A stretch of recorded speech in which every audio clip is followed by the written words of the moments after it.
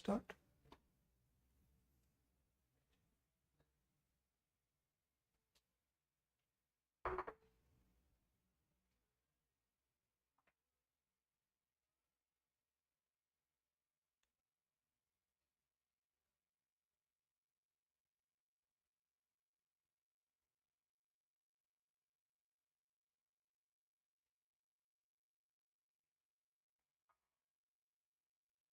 Hello, good morning everybody. So today we will be discussing some of the questions of All India Mock Test 2, which was held last Sunday. Okay, and we shall try to solve questions, some of the questions, using minimum information possible. Okay, that is, we will be using elimination methods so that we can arrive at answer using minimum possible information. With current pattern of examination, it is very important that you should be able to master this technique. Okay, so let's start with question number 4. So question number 4 is, consider the following statements with reference to bare necessity index. Okay, so if you have heard about bare necessity index, you have just even plainly heard about the index, it will be very easy for you to solve it, because if you have heard that this index was mentioned in economic survey, then you can say that first statement is incorrect. It has been released by UNDP, it is incorrect. Okay, it was discussed in economic survey 2020-21. Okay, so bare necessity index. Second, again, the index analyzes difference in access to bare necessity to populations in developed and developing countries. Again, see, statement number 2 is linked with the statement number 1.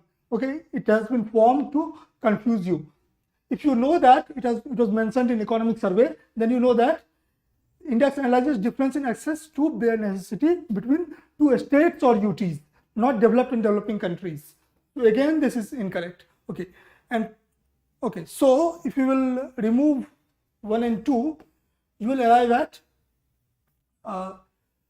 3. Okay, so 1, 2 and 3 only is the correct answer. See, question is asking you to identify not correct answers. Okay, so 1 and 2 are not correct, but still you have to identify 3. Internet connectivity has been introduced as bare necessity. Now this one was the tough statement. If you don't know 3, then you will be caught between 1 and 2 only, and 1, 2 and 3. So you were in 50-50 case. So you have to know this one. This one was tough question unless you knew this. Okay, so 3 is incorrect.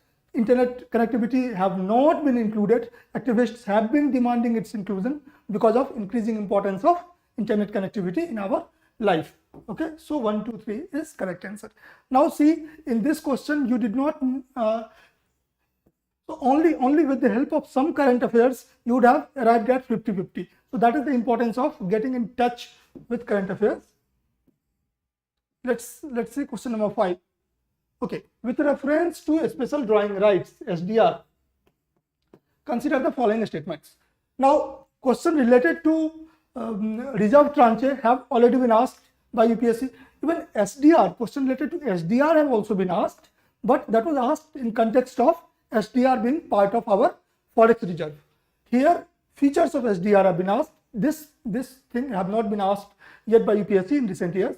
So see, okay, first, which of the statements given above is are correct? Okay, it is a unit of account for IMF. Okay, so this is the basic definition of SDR. SDR is a unit of account. So no problem here. This means C is gone. Okay, these can be held by high net worth individuals. You know that IMF do not deal with individuals. Okay, IMF deals mostly with its member countries only. IMF do not deal with individuals. SDR also cannot be held by high net worth individuals or corporates.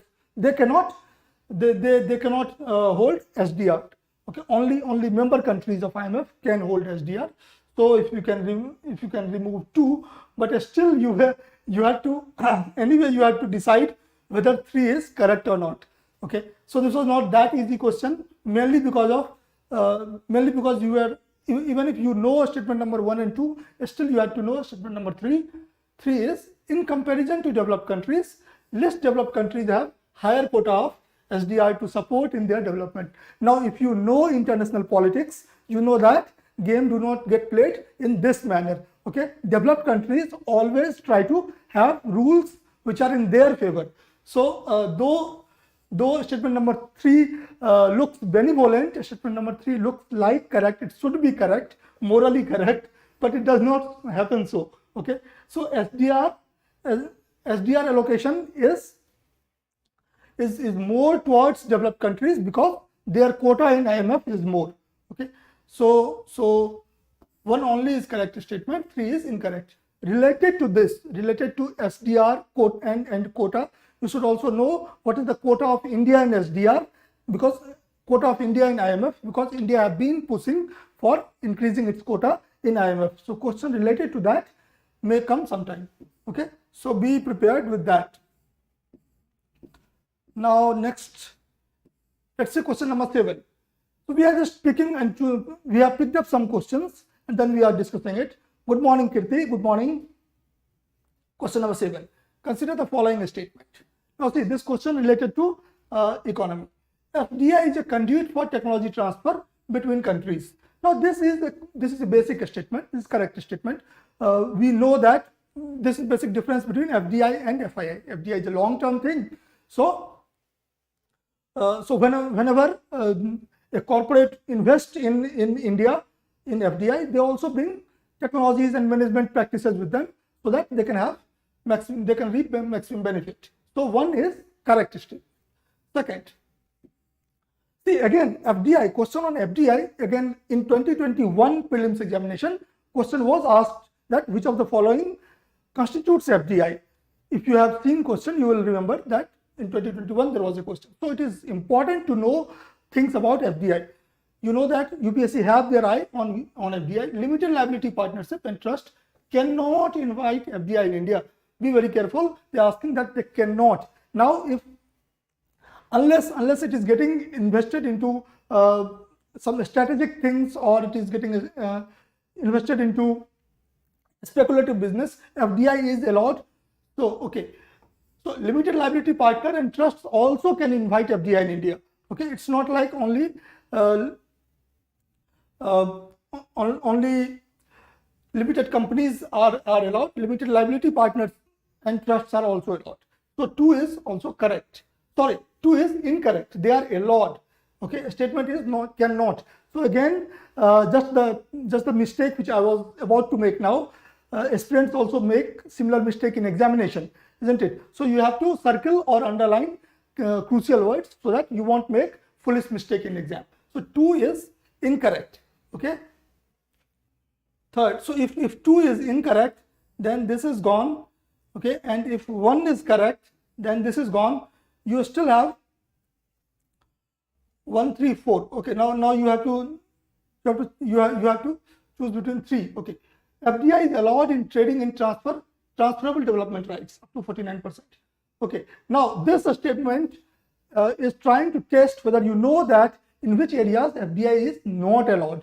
Okay, it is very important to know areas in which FDI is not allowed. So as I already said that FDI is not allowed in areas like strategic areas where private sector participation in itself is not allowed, like say atomic energy. FDI is not allowed in atomic energy. Okay, then FDI is not allowed in speculative businesses. Okay, so you can see here FDI is prohibited in trading in transfer rights. Real estate businesses, FDI is not allowed in real estate businesses, and cigarettes in sin good manufacturing, FDI is not allowed. Cigarettes, tobacco, cigar. Okay, these things, so you could have guessed that probably FDI won't be allowed in these things. Then atomic energy and railway operation. Okay, so you got to know areas in which FDI is not allowed. Okay, you also should know areas in which 100% FDI is allowed under automatic route. Okay, so this also can be asked by UPSC. So things you should also know definition of FDI, the new definition of FDI. Okay, okay, I'm not going to deal with this topic in detail here. Here we are trying to solve questions using minimum information. Okay, so the answer was 1 only. Now see, question number 8. middle income group scheme is related to which of the following? Now see, if there is a government scheme whose name is not giving any information about the objective of the scheme. See, middle income group scheme, if you do not know anything about the scheme, can you guess what is the objective of this scheme? It's very difficult. Okay, not difficult, it's impossible because it says nothing. So in case of such schemes, you do not have to know much in much detail about the scheme. You just have to know objective. That's what UPSC does. Okay, so but if name of a scheme is such that it is telling you the purpose, like National Pension Scheme, NPS. Now they cannot ask the objective of National Pension Scheme. They will ask for the details. So if name is such that it is telling about objective, you have to go in detail. Else you just have to know objective. So middle income group scheme is for legal assistance by in Supreme Court. Okay. So this is the way in which you can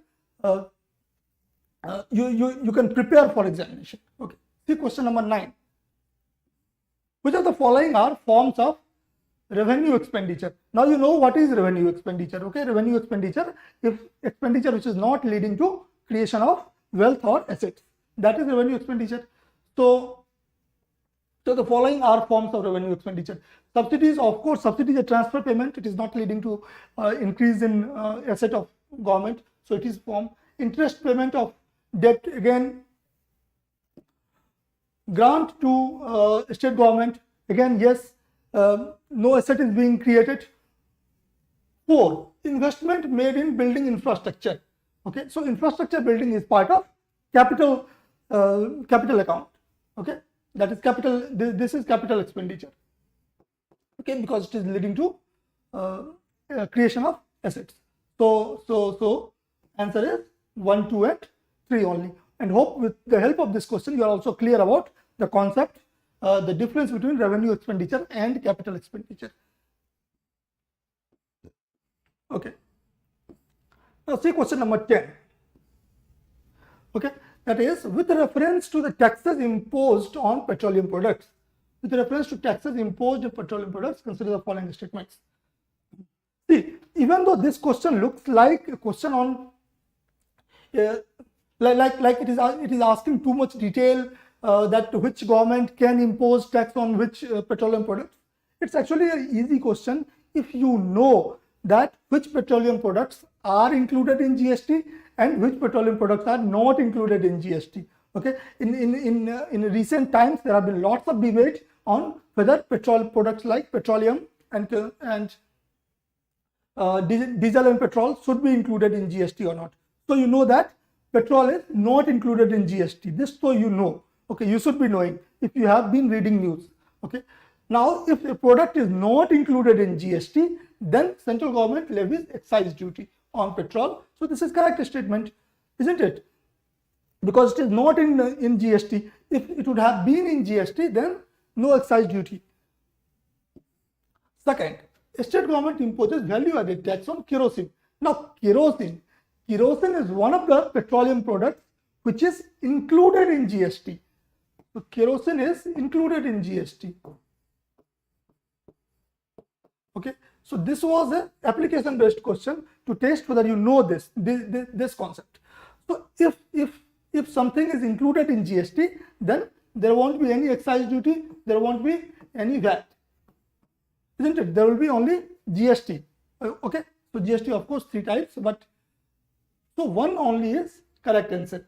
Yeah, you should be knowing these things, that LPG, naphtha, furnace oil, kerosene and light diesel are included in GST. This you should be aware that these petroleum products are included in GST. So suppose there is a statement that all petroleum products are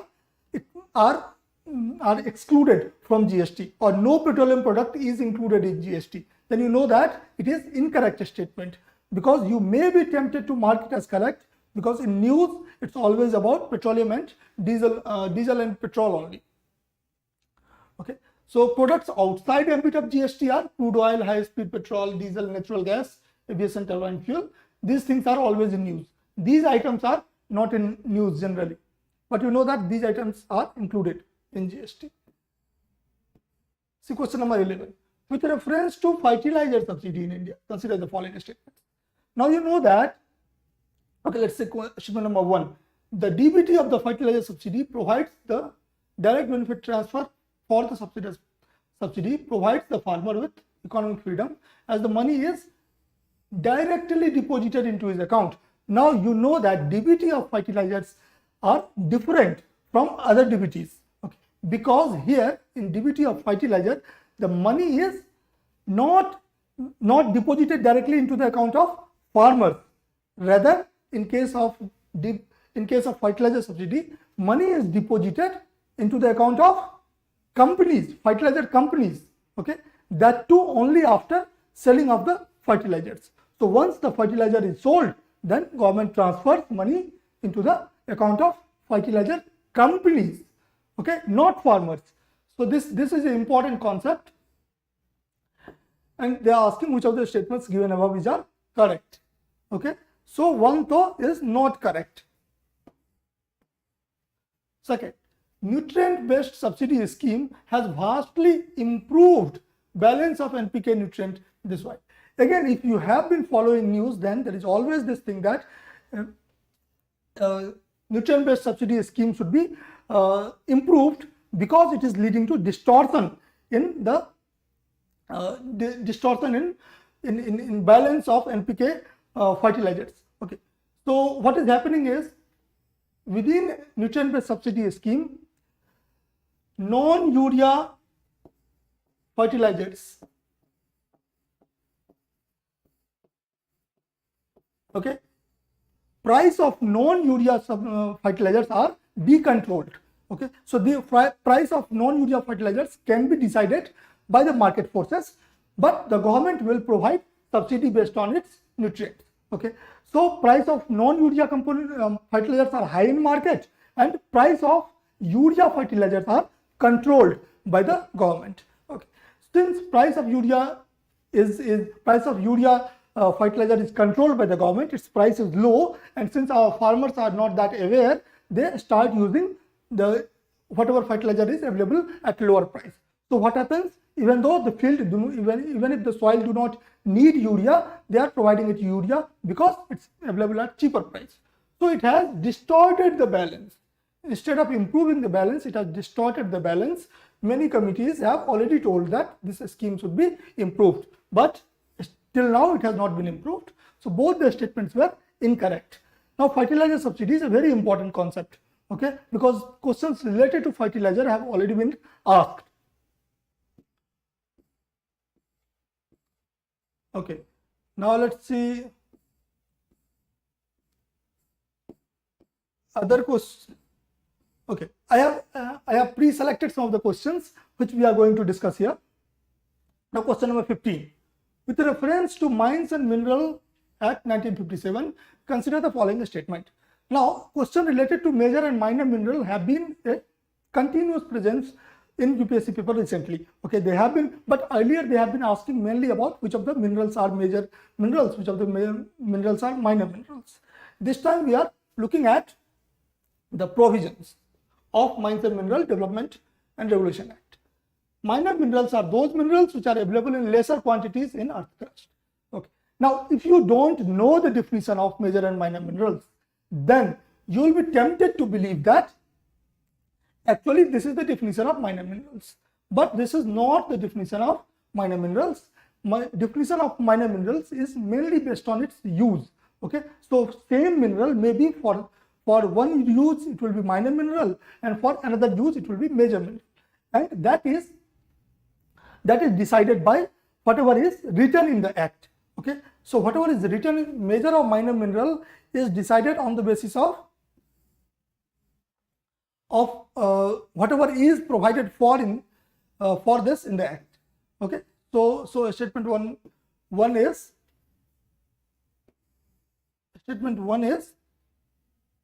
incorrect. This was a very good statement, and this is conveying you the concept. Second, the central government has the power to notify minor minerals. Right, this is correct. See, if you see that minor and major, there are two kinds of minerals. Okay, notifying minor and major minerals is done by, notification of major and minor mineral is done by central government only. Okay, so notification is central government only. Notification of both major and minor is done by central government only, but power to frame policy and legislations related to minor mineral is state government. Once a mineral is notified as minor mineral, then power to frame policy and legislation related to minor mineral is in the hand of a state, and major mineral is in the hand of central government. So you should know this difference, this administrative difference between the treatment of major and minor mineral by the government. Okay, which government have what power? You should be knowing this. So once you know that 3 also is correct, then 2 and 3 are correct statement. You should also know some of the important major and minor minerals. Okay, because UPSC have already asked previously. Though it's very difficult to remember all the major and minor minerals, that's not even advisable, but at least important ones you should remember. So let's see other next question which we'll have to discuss. Question number 20. With reference to ecologically sensitive zones, consider the following statement. This question from environment. It is designated by the respective states under the Environment Protection Act 1986. Now see, this statement have been framed very intelligently to trap you. It is indeed designated under Environment Protection Act 1986, that is right, but not by respective state governments, okay, but by central government. So not a state government, by central government. Ministry of Environment and Forest does this job. So one is incorrect. So you should, whenever there is anything related to environment, any act related to environment, or any step like this, then you should know that which government have, which level of government have what power. Okay, all the activities in eco-sensitive zones are prohibited. Again, all the activities in eco-sensitive zones are prohibited. No, this is incorrect. Okay, eco-sensitive zones are generally buffer zones which are formed beyond the boundary of national parks. Okay, so activities within eco-sensitive zones are generally regulated. They are not prohibited. Okay, though some of the activities are prohibited, but mostly activities inside the ecological zones can be classified into allowed, regulated. So some of the activities are allowed, like organic farming is allowed, okay, regulated and prohibited, and there are some of the activities which are prohibited. So if you can see that, okay, so prohibited activities like commercial mining, sawmills, so these things, so you can guess easily that industries causing pollution will be prohibited. You don't have to remember it. So you have to focus here on permitted activities. So ongoing agricultural practices, organic farming, water investing, these things are still permitted in eco-sensitive zones. So statement number 2 is incorrect. Okay, so this is incorrect. So 1 is incorrect, 2 is incorrect. If you know 1 and 2 is incorrect, then you don't have to even read a statement 3, because you will directly read it, you will directly arrive at the answer that 3 only is correct. Okay, so it acts as a shock absorber of the protected areas. That is the purpose of having ecologically sensitive zones. Okay, let's say question number 21.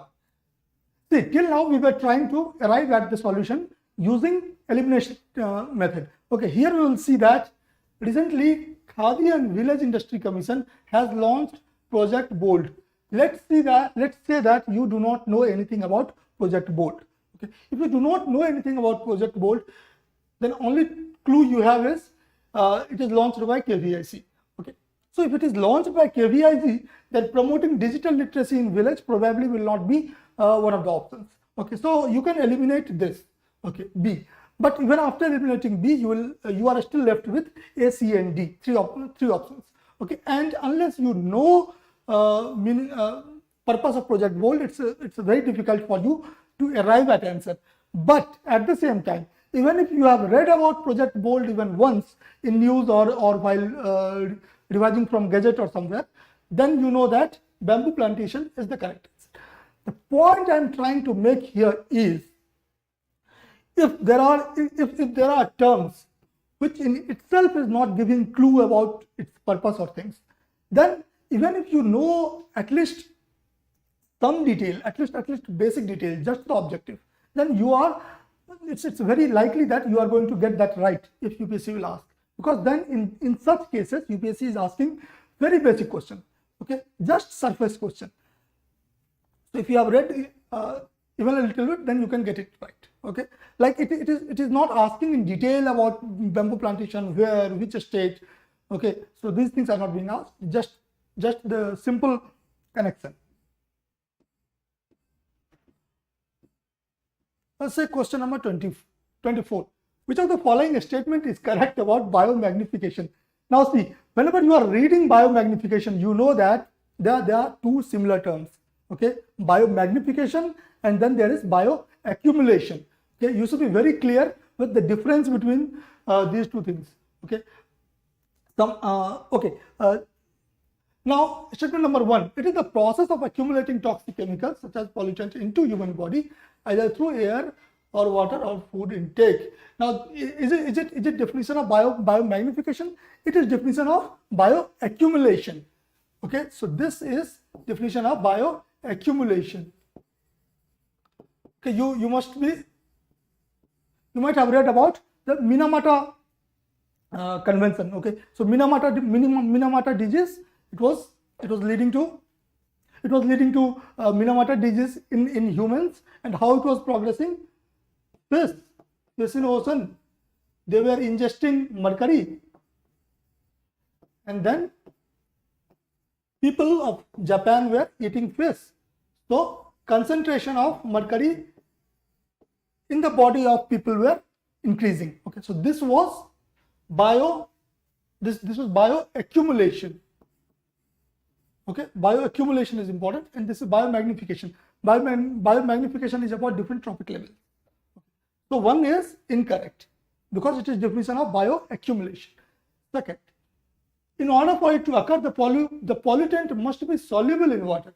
Pollutant must be soluble in water. You know, if pollutant will be soluble in water, then that pollutant most likely will be discarded by the body either via urine or via sweat, okay. So if a pollutant is soluble in water, then that won't lead to biomagnification. It should better be fat soluble. If it will be fat soluble, then it will stay in the body for longer, okay, then it will magnify. So 2 is incorrect. 1 already we know that 1 is incorrect, so the only statement left is 3, okay. So even if you do not know about 3, you will still arrive at correct answer, okay. Now let's see other okay, question number 26. With reference to sonic boom, which of the statement given above is not correct? Be very careful. The question is asked. What question is asked? Not correct. Okay. First, the basic physical principle behind sonic boom is superposition of pressure waves induced by the extreme speeds. Okay.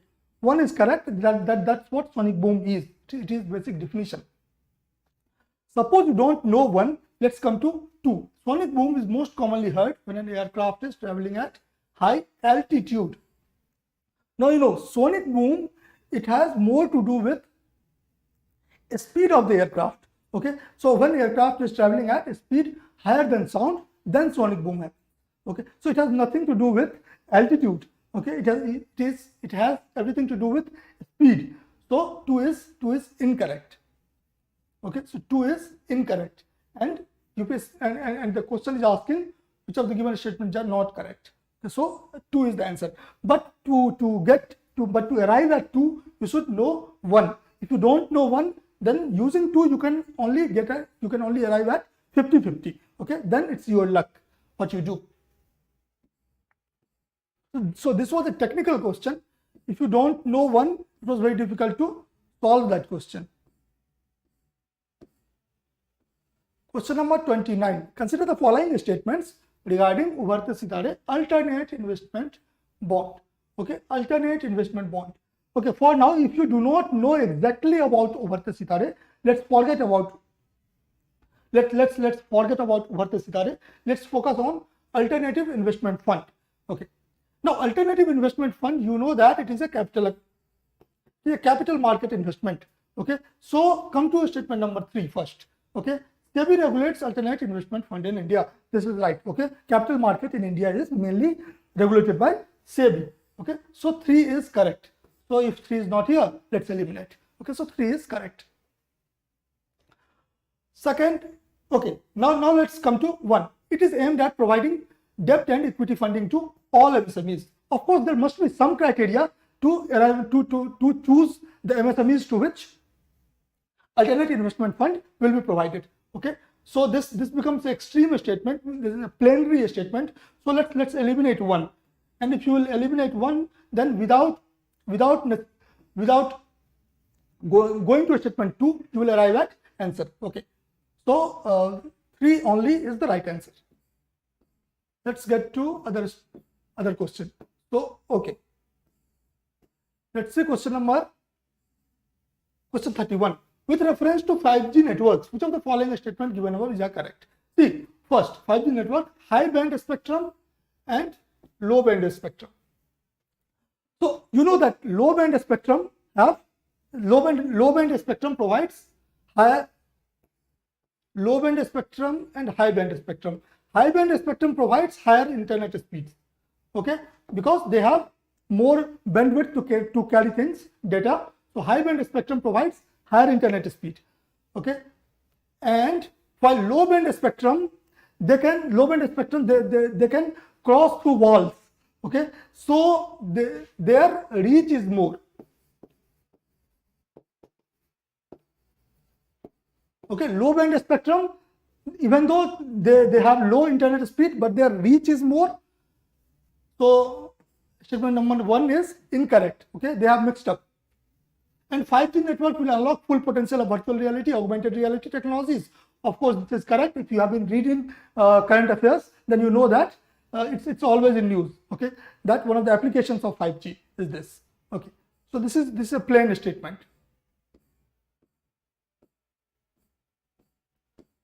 Let's see which is another question which we have to discuss. Okay, see question number 36.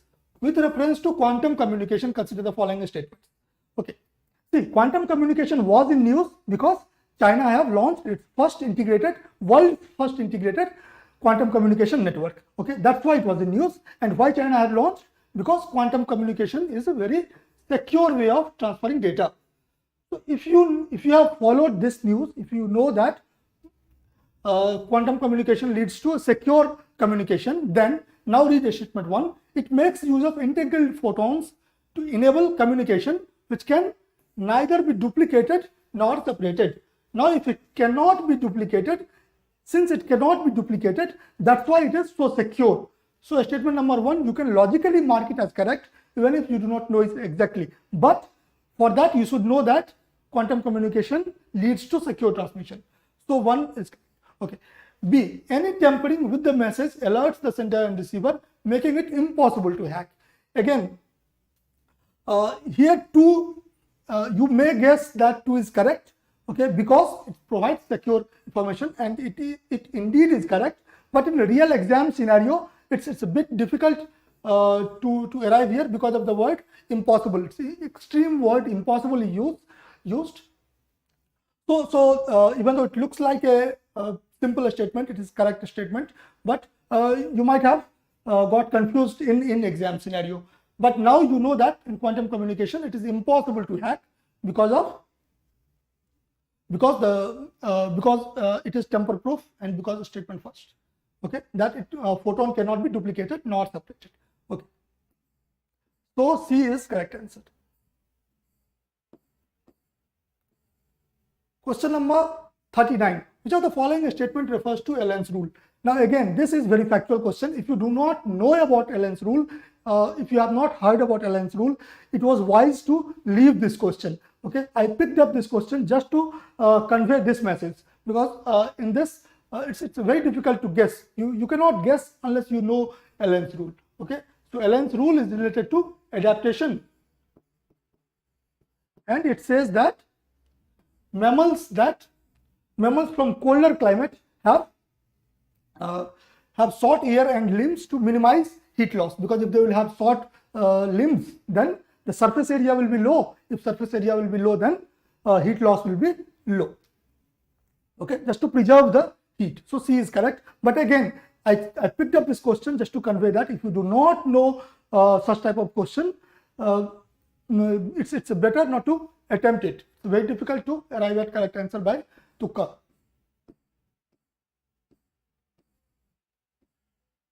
Question number 42. With reference to cryogenic engines, again see, even though this is even though good morning Bhavani. So even though this looks like a science and tech question, but if you have been in news, then you know that these engines come into effect in third stage of space launch vehicles. Now, cryogenic engine, why cryogenic engine have been in news? Because of Mach 3 engines. You know, Mach 3 engines India have used to what is the mission to moon? Okay, Chandrayaan mission. Okay, so India have launched Chandrayaan 2 using Mach 3 launchers.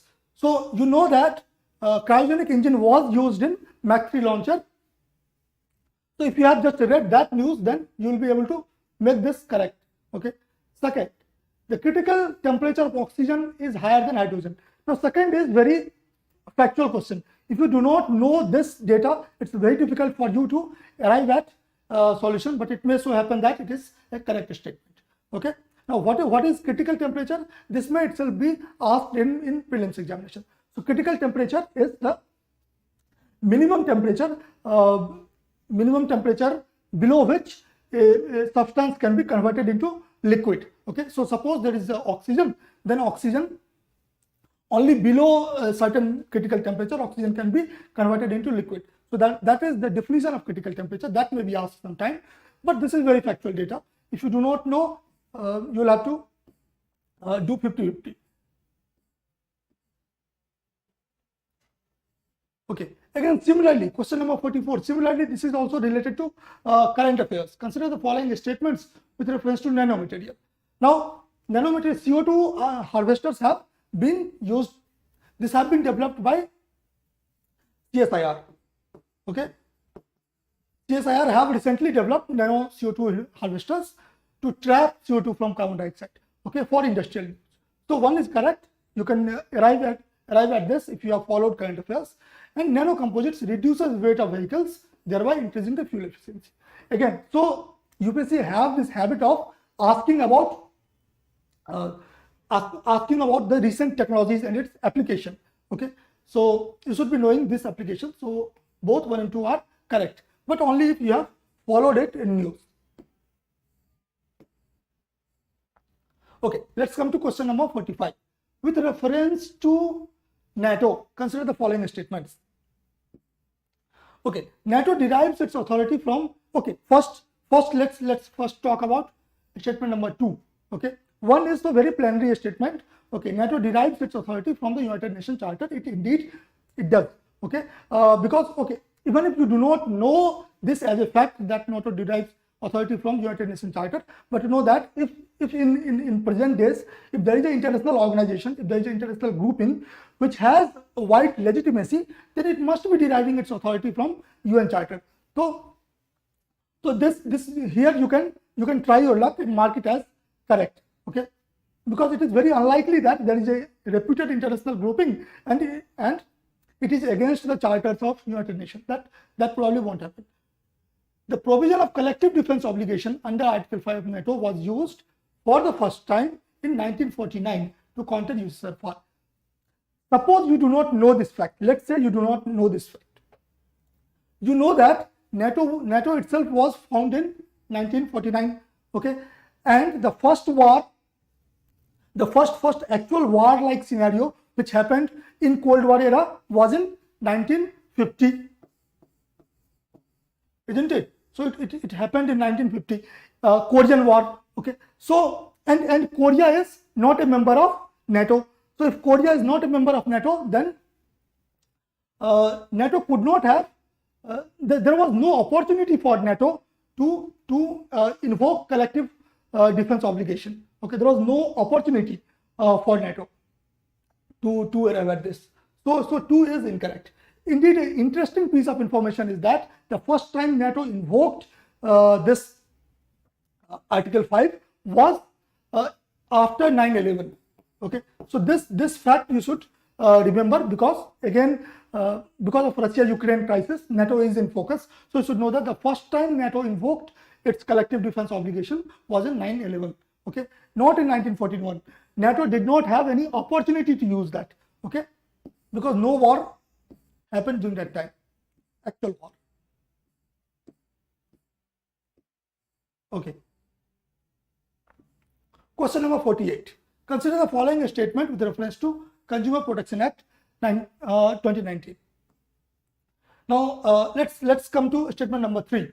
Okay, e-commerce have been left out of the ambit of this act.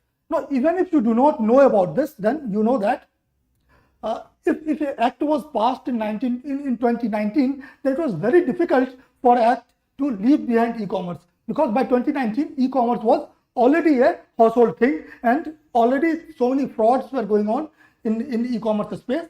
So it's very difficult to imagine that e-commerce would have been left out by CPA. So 3 is incorrect.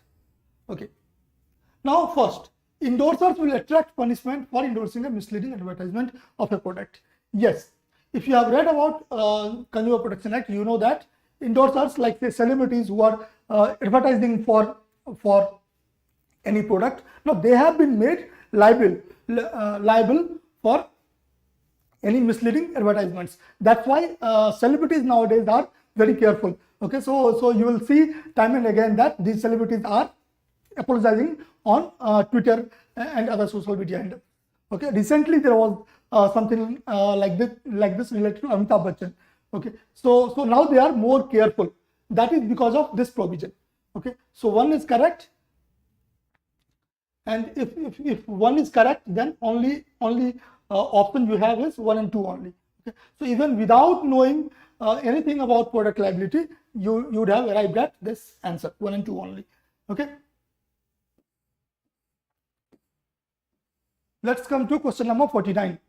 Okay, with reference to national monetary policy, consider the following statement. Now let's come to first. The members of committee are appointed by the governor of RBI.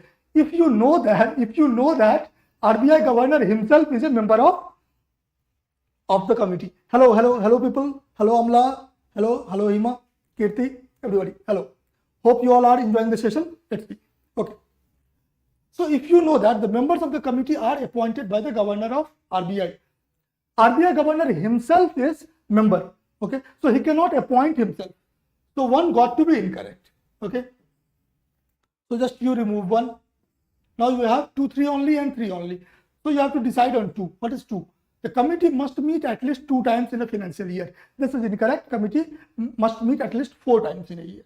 Okay, so again the number of times a committee have to meet comes in focus because of UPSC's question. Probably in 2020 it asked about number of times, minimum number of times parliament have to meet.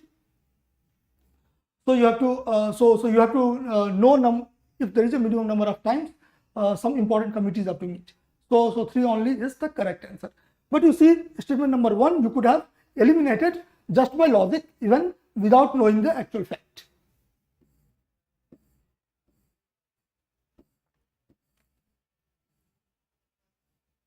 Okay, question number 51. For the post of leader of opposition, the largest opposition party shall not have less than 1/10 of the total strength of the house. Now this thing was so much in news because in this Lok Sabha we do not have any official leader of opposition. Okay, because the Congress party, which was the single largest party, which was the second largest party, did not have 1/10 of the strength in the house. Okay, so 1 is incorrect. Sorry. So 1 is correct. Okay. The office of leader, again, and this is not the first statement number 1, and this is not the first time that it happened in Indian Parliament's history.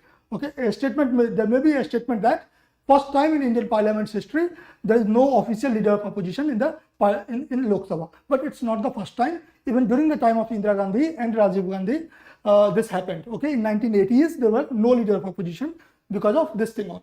So 1 is correct. The office of leader of opposition is not mentioned in the Constitution of India. This is a correct statement. It is not mentioned in the Constitution. It is a statutory provision. Okay, so 2 is correct. Okay, so 1 is correct, 2 is correct. That means you'll have to choose between A and D. So you got to know 3. The leader of opposition is treated on par with deputy prime minister. Okay, no, not on par with deputy prime minister in order of precedence, but on par with cabinet ministers. Okay, on par with cabinet minister. Okay, if you knew this, you would have got it right. So 1 and 2 only is the correct statement. Okay, which of the following statement given below is incorrect with reference to policies of Lord Curzon? Okay, now you read all this, and if you know about Lord Curzon, if you know about policies of Lord Curzon before, okay, then you know that statement number 1, Calcutta Corporation Act increased nominated officials with the aim to increase the Indian participation in self-governance. You know that Lord Curzon would not do such a thing. Okay, if you know Lord Curzon, his policies, you know that A got to be incorrect. So here, even if you do not know exactly about this, but if you know, if you have some idea about Lord Curzon as a personality and his other policies, then you know that A got to be incorrect. Okay, but you should also, anyway, you should also read other options, because if you do not know these options, reading these options will give you some idea. Okay, because Lord Curzon is important figure in Indian colonial time. Question number 54. Consider following a statement about cabinet mission. Let's first see statement number 4. Okay, in terms of power to make law on residuary subjects, Indian Constitution was inspired from cabinet mission plan. Now, is it correct? Okay, you know that cabinet mission residuary power lies with states. Under cabinet mission plan, residuary powers was with states, while India's current constitutional scheme, residuary power lies with center. Okay, it's a union, it's a parliament have residuary power. Okay, so 4 got to be incorrect. Okay, and if 4 is incorrect, then you have to know about 2. Okay, it accepted the demand for full-fledged Pakistan. No, cabinet mission plan did not accepted the demand for full-fledged Pakistan. It provided for a union, a united India, but with more powers to states, and the states were divided into 3 groupings. Okay, that was the plan, federation thing. Okay, not full-fledged Pakistan. So if you will eliminate 2, then you will arrive at the correct answer, 1 and 3 only. Okay. Yes, Amlan, thank you. Surrogate advertisement. Yes, right. Okay, now let's come to another question. Okay. With reference to Central Administrative Tribunal, consider the following statements. It is guided by the principle of natural justice. You know that CAT is guided by principle of natural justice. 1 is correct. And another thing is, the conditions of the service of its members are same as that of the judge of the High Court. This is also correct. And so 1 and 2 were relatively easier. Okay, the third, it has contempt of court power similar to High Court. Now, whether tribunals have contempt of court power or not. Indeed, tribunals have contempt of court power which is similar to High Court. Okay, so 1, 2, and 3, all three are correct. Tribunals are important things. Okay, so you have to know about tribunals, and if you have to appeal against judgment of a tribunal, where you have to go? Can you go directly to Supreme Court, or can you go to High Court first? This is a question for you guys, if you can answer it here. Okay, with reference to Election Commission of India, which of the following statement is incorrect? Again, the question is about incorrect. Too many incorrect type questions here. Okay, see, the number of the members of Election Commission is fixed by the President from time to time. This is correct. Okay, the Constitution have not fixed number of Election Commission. The President appoints the Election Commissioner, and he holds the office at the pleasure of President. Be very careful. Okay, which of the statement is incorrect? The President appoints Election Commissioner, and he holds the office at the place. Okay, so this is C is correct. Election Commission is removed at the same ground. Retired Election Commissioner are eligible. Yes, they are eligible. So it's the Chief Election Commissioner. At least Chief Election Commissioner. They do not hold office at the pleasure of the President. Okay, so Chief Election Commissioner cannot be removed from the office except according to the same rule by which Supreme Court judge can be eliminated, can be removed. Okay, so that is incorrect. 60. Okay, let's skip for now. We have few minutes only, so let's pick and choose some important ones. Okay, with reference to anti-defection law, consider the following. It was added Constitution 52nd Amendment Act. So this is correct. This was added by 52nd Amendment Act only. Decision of disqualification of the members on the ground of it decided by the chairman or speaker. See statement number 2. First part is correct, but it is not subjected to judicial review. You know about Karnataka Assembly case just recently, couple of years back. That anti-defection law is subjected to judicial review. Okay, you may remember about Kyoto Poland case. Okay, so statement number 2 is incorrect. Okay, 3. The members are exempted from disqualification in case of a split by 1/3. Okay, no.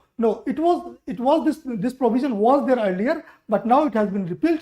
Now, in order to avoid anti-defection law, 2/3 of members of a party have to merge with another party. Okay, only then it will be outside the ambit of anti-defection law. So 3 also is incorrect. 1 only. Okay. Okay, here question number 3. Will any of you going to answer this? Which of the following subjects fall under the concurrent list of the 7th schedule of the Constitution of India? Concurrent list. Education. Tell me whether education is part of concurrent list or not. Okay, you have been reading. Okay, there is CBSE, and then there is state boards as well. So you know that education is part of concurrent list, because there are central universities and then there are state universities as well. Okay, so education is indeed a concurrent list. Public order, police. You know that police is in the state list. Okay, if you have been following news of Delhi, you know that always Delhi government is demanding control over police also. So this is under police generally. Police is under state. Railways, it's Indian Railway. Central Indian Railway is completely under the union. Okay, so 1 and 3 are part of this. So if you even know that public order, that is police, public order is under state government, and railways is under central government, then you will be able to arrive at this 1 and 3 only as the answer.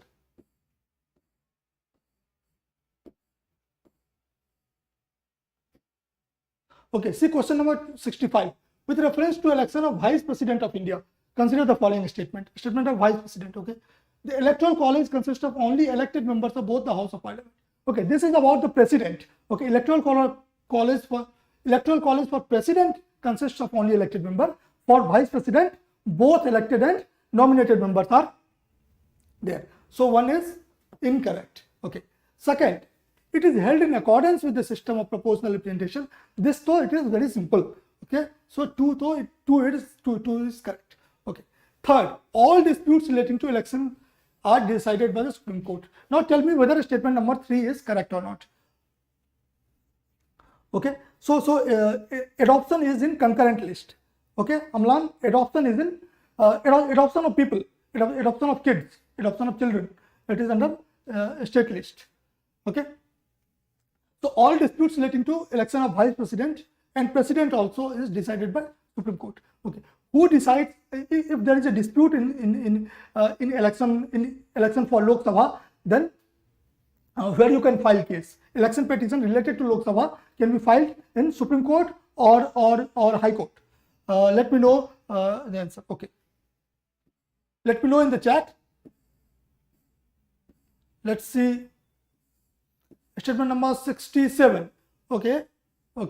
With reference to a state legislative council.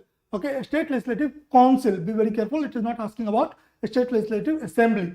It has equal power with assembly. Yes, it is right. For with respect to ordinary bill, with respect to money bill, it do not have equal power. But with respect to ordinary bill, it has equal power.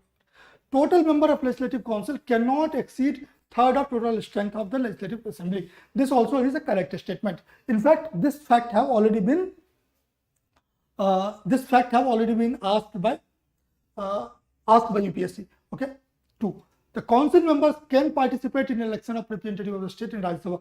Council members can participate. This is incorrect. Okay, because you know that not all states have legislative council. Okay, only some of the states have legislative council, isn't it? So if only some of the states have legislative council, then just to ensure uniformity in the process of election of vice president, election of Rajya Sabha, this has made that council members cannot vote in election of Rajya Sabha. Not as see, if there is election petition related to election to Lok Sabha can be filed first in High Court. Okay, first High Court. Okay, High Court have original jurisdiction related to this. Be very careful. Supreme Court only have appellate jurisdiction. High Court have original jurisdiction related to election to Lok Sabha. So be very careful. With reference to writs of habeas corpus, consider the following statement. Okay, it can be issued against the private authorities only. Okay, no, this is incorrect because if you know, habeas corpus can be issued against both public authorities and private authorities. Okay, so even if police is picking up someone and putting the person in jail without following the due process, then general public can go and file habeas corpus. So 1 is incorrect. It can be issued only by the Supreme Court. No, it can be issued also by High Court. Okay, not only Supreme Court, by High Court also. So neither 1 nor 2 is correct. Okay, with reference to a special leave petition, consider the following statement. Now see, it is discretionary power of the Supreme Court only. Now whether this statement is correct or not, let me know in the chat whether this statement is correct or not. I'll move to statement number 2. Okay, it is granted only against the judgment of High Court. Okay, so this statement is very important statement and this is incorrect. Okay, because a special leave petition can be granted against the judgment of High Court, any tribunals or any court of India. Okay, not necessarily High Court only. Okay, so statement number 2 is incorrect. 1, it is discretionary power of the Supreme Court only. Yes, it is correct. Okay, so even though there is only in the statement, even though it appears as an extreme statement, but it is correct statement that a special leave petition can be, this is discretionary power of Supreme Court only. SLP cannot be issued by High Court. Okay, so 1 is correct. So 1 only is correct answer.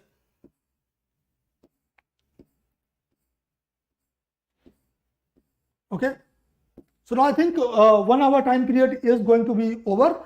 So the live session may end anytime soon. Okay, we'll continue discussing, but it may end anytime soon. Okay, so just for your information. Okay, let's